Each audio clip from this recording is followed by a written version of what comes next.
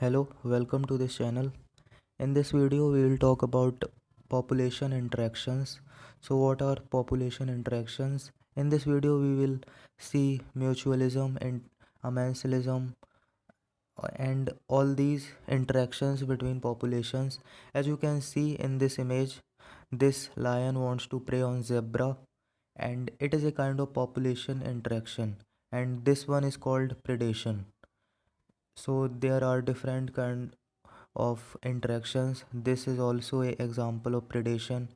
This is an example of mutualism. In these flowers or plants, they are getting helped by this bee. They are getting pollinated by this bee, and in return this bee is getting nectar from these plants. So this is a mutualism in this both benefits. So these kind of examples we will see for every case.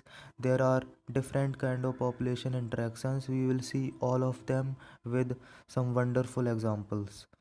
So what is population interaction?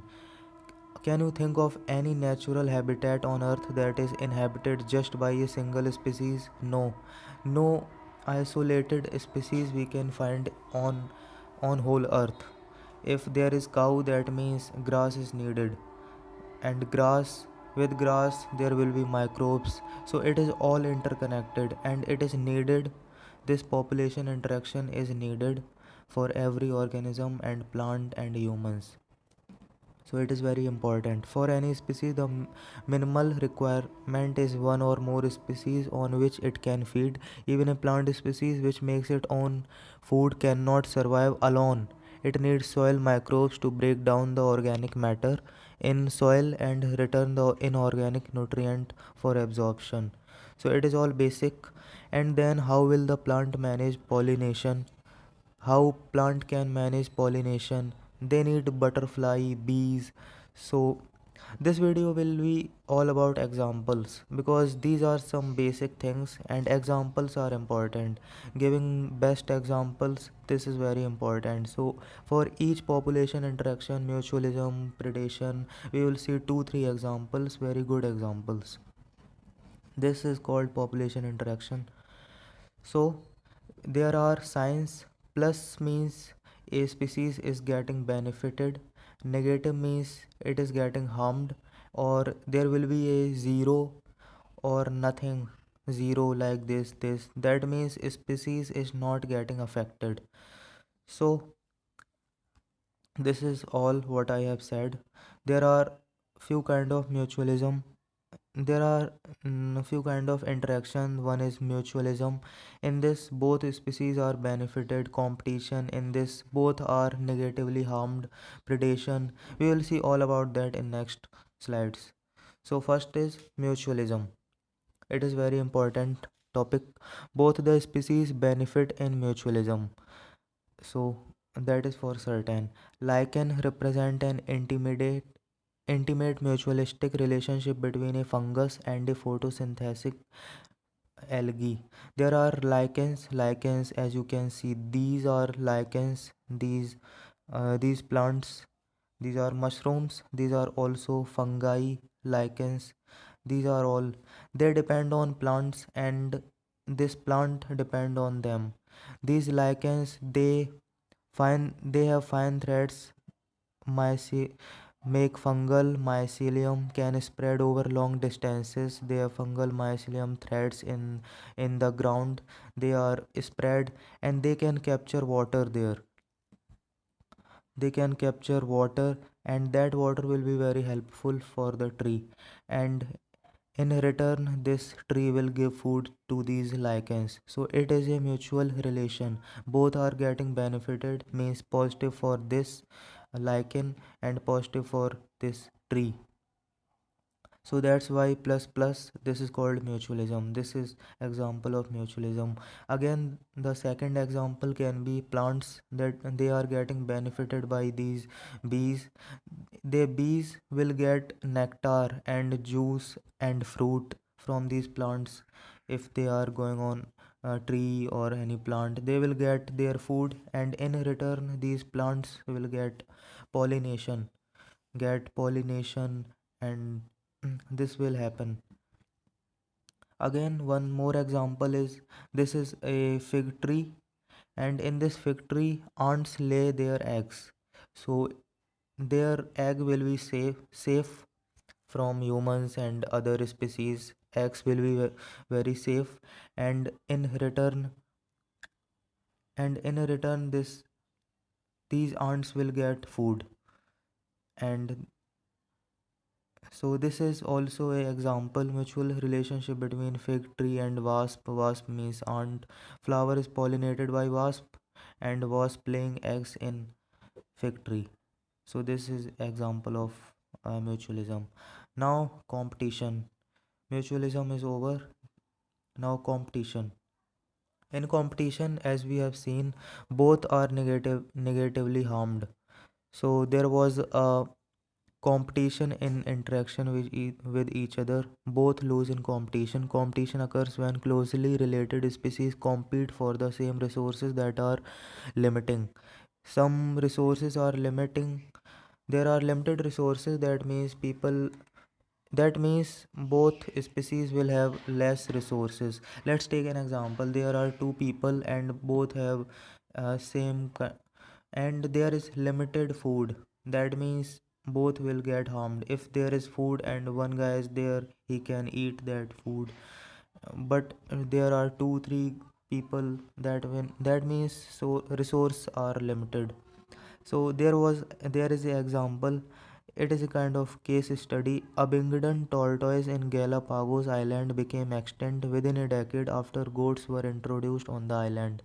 So resources were limited there, and when these tortoises were living, they were able to live on that resource.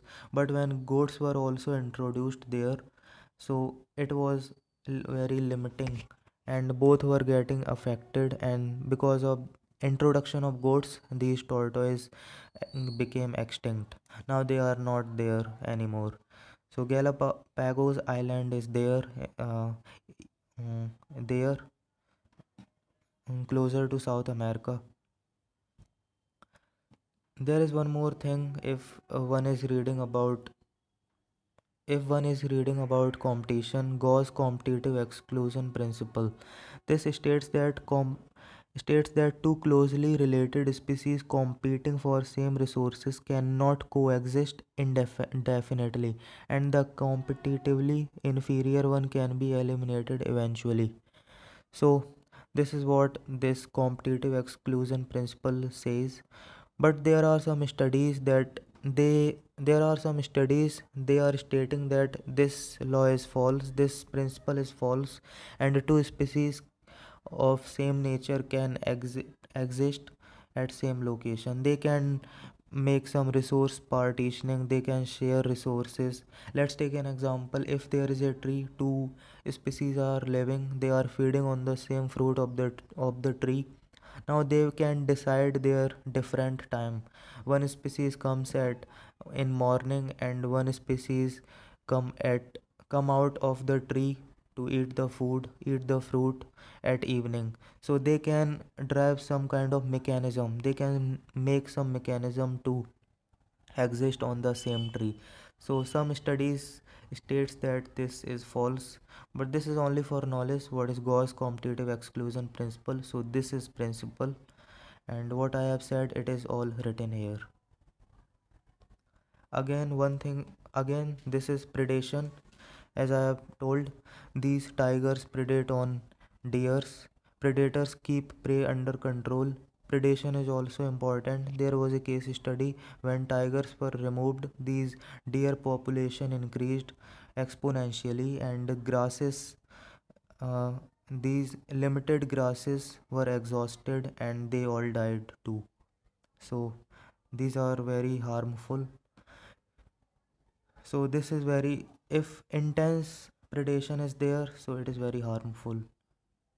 So this is kind of to to save themselves from predation, they make camouflage technique. They evolve this technique. This is a frog, it has evolved to camouflage in the plants. This is a snake of this color, this is camouflage technique. and this is John Cena. Like camouflage, there is a different technique exhibited by the plants. This is called removing or excretion of toxins by the plants. So plants are eaten by the cattle, cows, and in order to save themselves from predation, in order to save themselves from grazed by the cattle, these plants, they excrete some toxins. This calotropis growing in abandoned field plant produces highly poisonous cardiac glow. This is some toxin, and that is why you never see any cattle on his plant. That's why any cattle never graze on these kind of plants, because these secret toxin, and these kind of toxins later we use as nicotine, caffeine, quinine. These are some kind of poisonous for cows and grazing animals, but not for animals, not for humans. Are produced by them actually a defense against grazers. These products, nicotine, caffeine, quinine, they are these are product of their defense. In parasitism, one organism lives inside another organism. Another organism is called host. For example, there are mosquitoes. They hunt on human blood. So these are all parasites, and they can be endoparasite or ectoparasite. If they are external, if they are outside the body of any organism or human, they will be called as ecto, or if they are inside, they will be called as endo. So they can be in liver system, red blood cells, and life cycles of these endoparasites is very complex because they need specialization to live there, to live inside. So it is called parasitism, and this is a good example, brood parasitism. In this, a cuckoo bird and a crow. Cuckoo bird lays eggs in the eggs of crow. These are crow's eggs, and this is a cuckoo bird, and this cuckoo bird lays egg here. She does not want to incubate them, and this crow will incubate them. So it is a good example. This is called brood parasitism. Commensalism. What is commensalism? In commensalism, one is getting benefited and other is unharmed. Like these are barnacles, these attached to the blue whale, and blue whale is not affected. It is not affected in good sense, and it is not affected in bad sense. It is just not affected. And these, on the other hand, barnacles, they get benefited. They are barnacles, they have a stable place to live. They can live on whale surface, a free ride, and access to plenty of food, because whale will go here and there and they will get food. They will receive food, and they really don't have to do anything, and whale is not affected. This is called commensalism. Another example is there are agrate birds. In Hindi, these are called In Hindi, these birds, a great cattle agrate. These are called bagula in Hindi. They are near cow. When cow remove this grass while grazing, they underneath the grass there will be microbes, and they can eat microbes easily. They don't have to search for them. They don't have to dig for eating microbes. They just can eat these microbes by after after the land grazed by the cow. So it is example.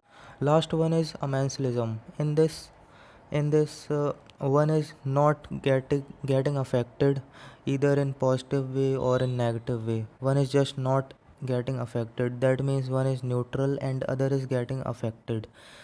So example can be walnut tree. These black walnut trees, these are black walnut trees. They excrete some toxins, enzyme. It is called juglone. They secrete juglone. It is harmful to the nearby community, nearby trees. So other trees are affected. It is not affected either in a positive way or negative way, but nearby trees are getting affected. It is called amensalism.